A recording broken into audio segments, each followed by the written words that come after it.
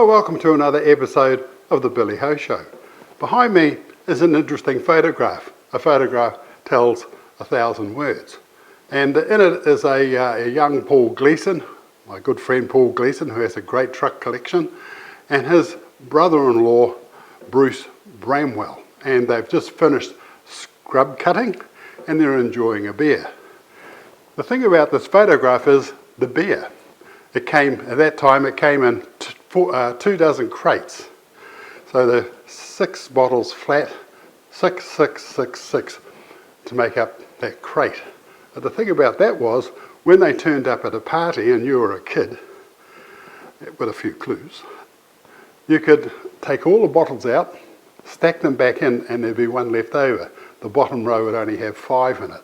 Then you could drink it and just stash that little bottle, so when the party was over you put it back with all the bottles, so when the men repacked the crates ready to go back to the breweries and get your deposit back, they were all there. Just a little smart trick.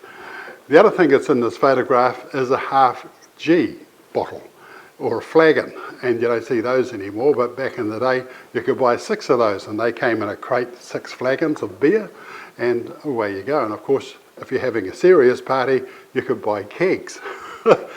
Back in my days of working at Matahina, which is the Whakatane board mills days, every fortnight somebody would have a party and off you go. But we had this old Model A truck, and we'd take it down to the Titeco pub, put the kegs on the back and take it back. But about halfway back there was a logging siding where they loaded the trains up with timber, and we would go in there and sample the beer, and then somebody would come, and then there's an impromptu party happening at the siding. But one photograph sort of does tell it all. So there you go, the old 2 dozen crate and the flagons. As you know, people are sending in their fishing footage, and this came from Dane Hawker filming his son Dustin catching a fish. So let's watch Dustin do his thing.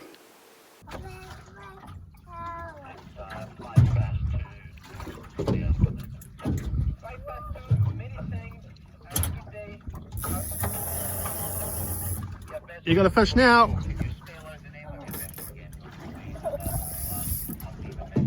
Go, Dustin.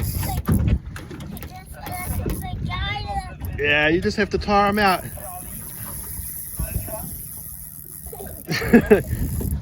Lift and wind down. Yeah, that's the one. Lift. Yeah, wind. That's the one.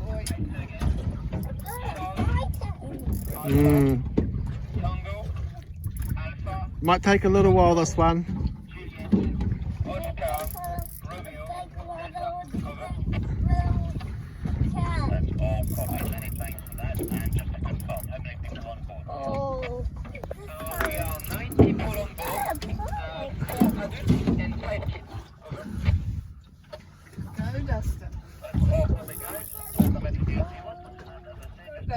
Keep going.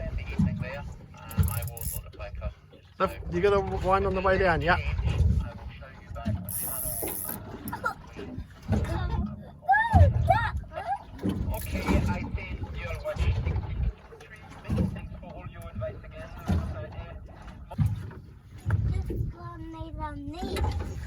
Yeah, Grandma's going to grab the net. You just keep going.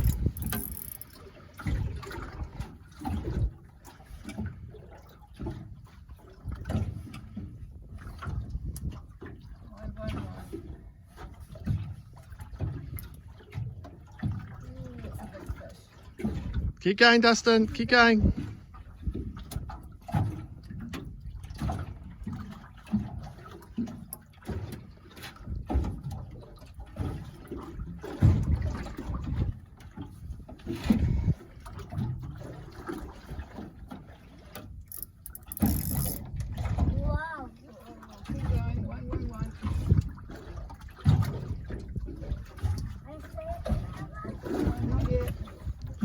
Keep going. Keep going.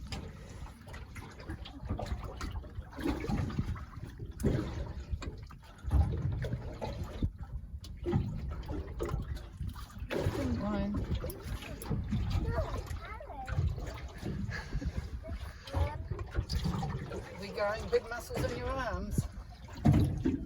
Wayne.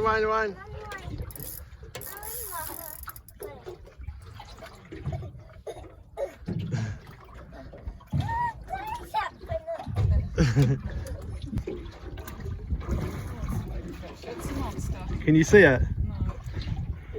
Oh, we've got blue. 10 more meters. Keep going, Dustin. Last colour.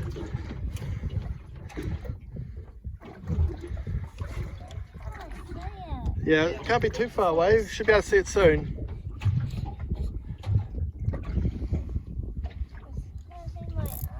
Yeah, You're getting there. you haven't got long to go. This is where you had a big sleep.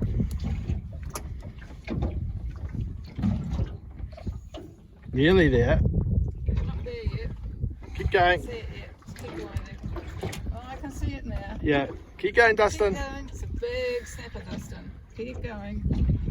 It's a goodie. Keep going. Keep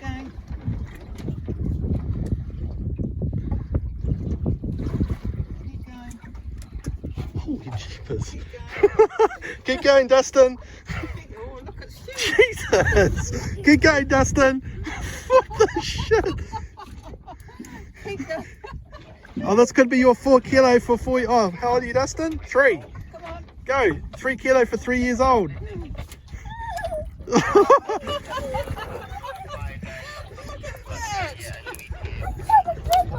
Get in the boat, Grandma. Whoa! I think one about you. You did.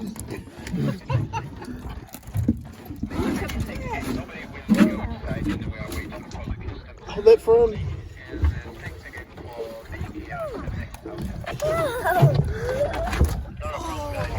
Stand next to that, Dustin. Turn it around. Face it to me. Turn around the fish. Turn the fish around. Yeah. Good on you, Justin. You did everything right. Great patience and a great result. A very proud grandma and dad. Well done, my little friend. We saw some RL Bedfords in Blenheim the other day, and I thought, well, that's interesting. We also spoke to Alan from Kumiu, who's got one restored, a military one, and so let's join Alan and have a look at his RL Bedford. In civilian terms, this is an S Bedford, and they were made probably about 1951, 52. And these were popular with the people who did logs. So they towed logs, probably towed a trailer, some of them on stock and things like that. But the military, I think they were called RLs, the name of the vehicle. And they're just single tyres all the way around, 4-wheel drive. But the Bedford, I drove one myself. Okay. And once you're in, you're fine. Yes. It's just getting in there. Yes. And it's got the door the size of half a sardine tin, but as I said, once you're in there, you're fine. You're telling me this is a petrol model? Yes. They're all petrol? They're all petrol. And so, I mean, the New Zealand Army, I don't think it really had a cap on how much fuel they could burn. No. They didn't have to just get on with it, No. pour it in, and off you go. But the old Bedford, sort of, another thing about Bedford I've got to tell you, we went to England and we did a story on the comma trucks. And the Roots company had a square patch about that big, say, and Bedford, who was next door, sort of had from here to the end of the garage. Right. That's how huge Bedford was. It was just absolutely massive. Wow. Lots of them came here and they had all sorts of purposes as well. So great to see one. Yes. And good on you. What I've got here is a copy of Talking Trucks. This is a book I wrote a couple of years ago, and it's the history of New Zealand trucking. And it's all from the programs that I did between 2013 and 2016. I'm going to let this go for $25. So it's a special.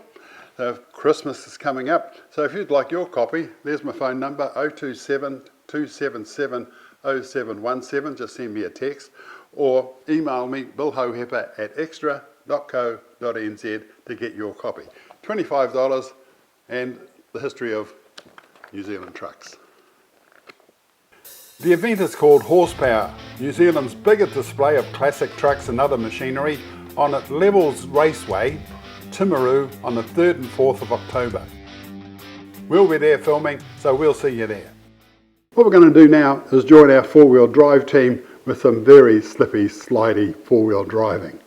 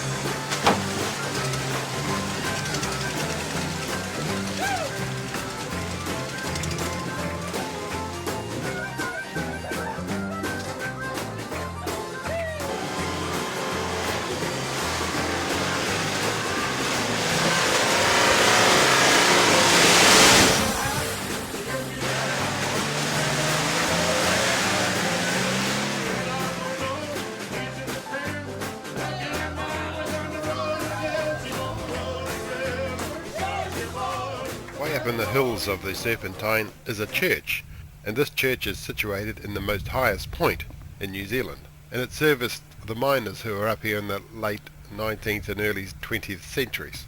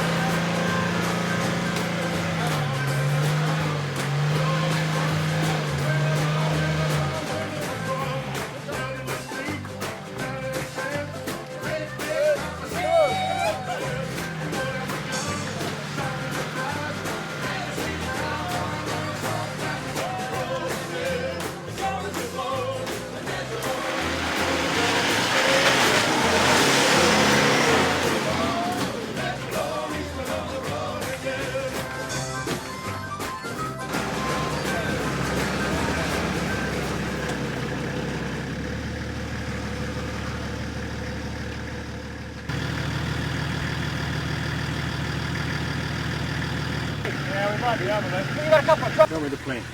Okay. The plan is that we're going to run the winch cable out not too far. We're going to get the truck back up onto a fairly solid bit, get a bit of grip because there's mud and greasy conditions everywhere here, and then try and winch him out, winch him forward. We've tried winching him backwards, but we can't get enough weight in the trucks from the aft end. So it's fingers crossed that we can get enough grip on this side. You know what I think? What do you think? I think it's snowing. Oh really? It certainly feels like it.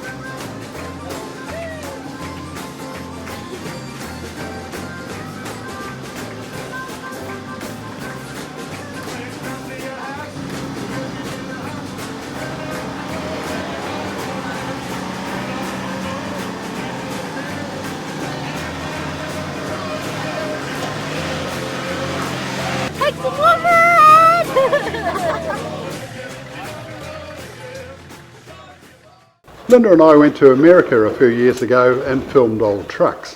While we were there, we saw this international tractor, 1913. Very interesting. I was talking to my friend Trevor Rainbow about this, and he said, well, there's actually one here down in Richmond Way. So we went with him, and sure enough, we found this 1913 international tractor. So let's go and have a look at that. What we're trying to do is just get this old international going. Amazing. Was it Joe? 13. 1913, isn't it? Yeah. 1913. Oil from here to here, thinks somebody. I know. Yeah. Wow. Just drips down on there. Yep. Grabs it. It's amazing, isn't it? It is. It pumps water right around through it. It's water cool.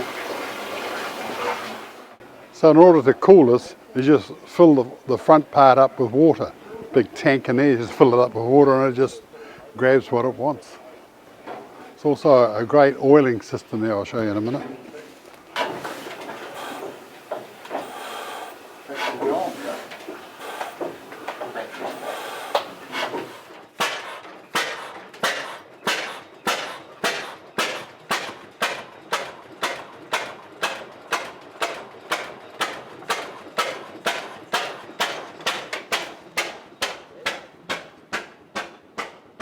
In our travels, we've seen a lot of similar tractors that start by swinging on a great big flywheel.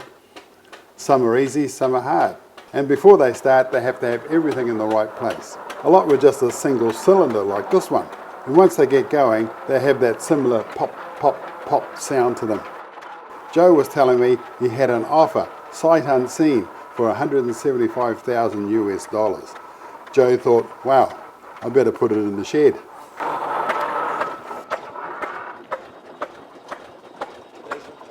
1913. Look at that. International harvester.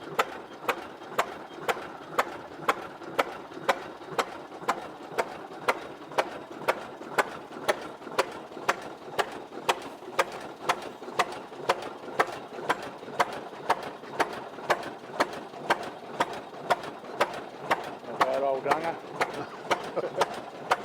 No. One reverse, two forward. One reverse, two forward. Yep. Well, there you go. That's all you need, really. So you sort of, what am I looking at? Decompression lever there, which runs that bloody runs that roller up onto a lump, so it lifts the valve. So one valve, the inlet valve works inside of here.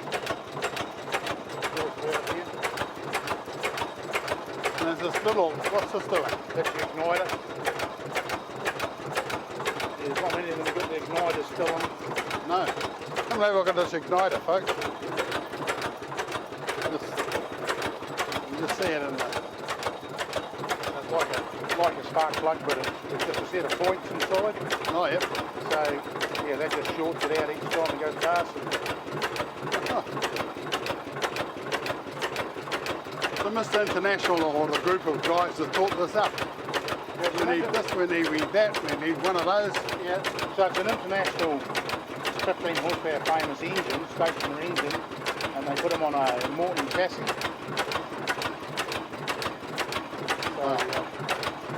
The International Harvester Company's roots go back to a Mr. Cyrus McCormick, who invented farm machinery for horses around 1843. He died in 1885 and the company went to his son, Mr. Cyrus McCormick Jr. In 1902, the McCormick Harvester Company merged with the Deering Harvester Company along with 3 smaller firms to create the International Harvester Company, and they built this tractor in 1913. Listening to this old tractor reminds me of an ad on TV. Our friend Brendan Dugan sings it. We are the boys from down the farm, we really know our cheese. There's much better value in Chesdale, never fails to please. Chesdale slices and never crumbles, there's no waste, and boy, it's got a mighty taste. Chesdale cheese, it's fine as cheddar, made better. Now finally, let's join our friend, the old goose rooter from Geraldine. Hey, how's it going? It's old Goose Rooter here from Geraldine. So, we've been making a wee bit of progress on the Fordson. And like a lot of projects, you know, you can go out to the garage for weeks on end and you don't actually see much progress. But then other times you can go out to the garage and a couple of days you can see a lot of progress. So over the last couple of weeks we've done the radiator, exhausts, drive shaft, the bonnet. And that's brought it to pretty much a complete tractor. So a lot of the thinking over the time was actually the drive shaft. The engine bit was easy, the diff was easy because that engine was out of a D series Ford. Drive shaft, and that was the thinky bit, to join the engine to the diff. So we did a bit of thinking, a bit of talking to people. It was going to cost a lot of money to actually get the adapters made up for the drive shaft, and there was no guarantee that it would actually hold. So me and my daughter sort of thought about it, like, well, we'll go and get the lathe out of the big shed out the back. So we brought it round and I made the adapters up myself. So there's a lot of thinking about it, but we got there. So this is where we're at the moment. We've got the exhaust pipes on, air supply sorted, which is a 2.5 litre fire extinguisher, clutches out of an Isuzu, drive shafts out of a Fordson, batteries are out of a Kenworth, back tyres are actually off a Case tractor that the sensors have been adapted to fit the Fordson. A lot of the thinking was around whether we leave the truck gearbox in there, a couple of truck gearbox to the tractor gearbox and have a bigger drivetrain. Now there was advantages of that, of having more selective gears of higher range or a lower range. So I actually opted to get rid of the truck gearbox to simplify things and just put the drive shaft in. But that in itself created its own problems because I needed a bearing hanger for the half shaft that was the original half shaft of the truck gearbox. So I ended up cutting the front out of the gearbox, putting a sealed bearing in it, and then slapping it back on the bell housing and then make all the adapters. So then we've just gone the engine through the original truck clutches, through the drive shaft to the tractor gearbox.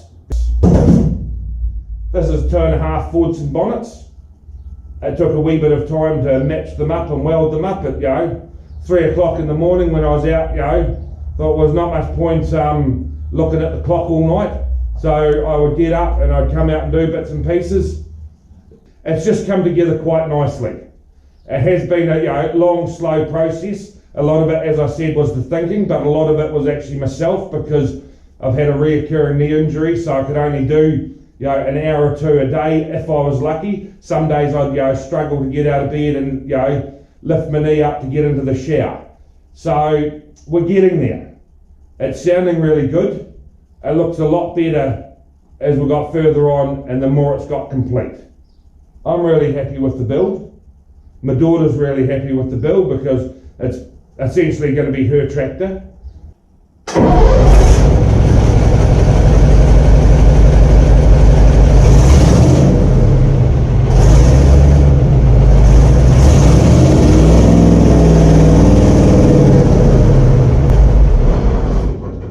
So that's a lot of progress lately, eh? I think it's sounding pretty sweet. Looks pretty cool with the bonnet on now, exhaust pipes and everything. So tune in next week and we'll take you for a bit of a honk up the road and give it a bit of a test out, eh? It's going to be epic. Well, that's our show for this week. I hope you enjoyed it. We'll see you all again next week.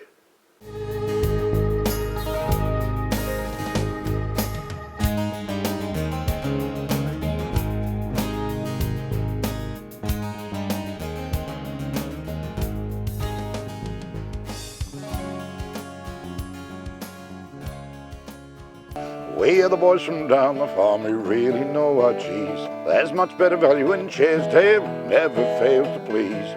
Chesdale slices and never crumbles, there's no waste, and boy, it's got a mighty taste. Chesdale cheese, it's fine as cheddar, made better.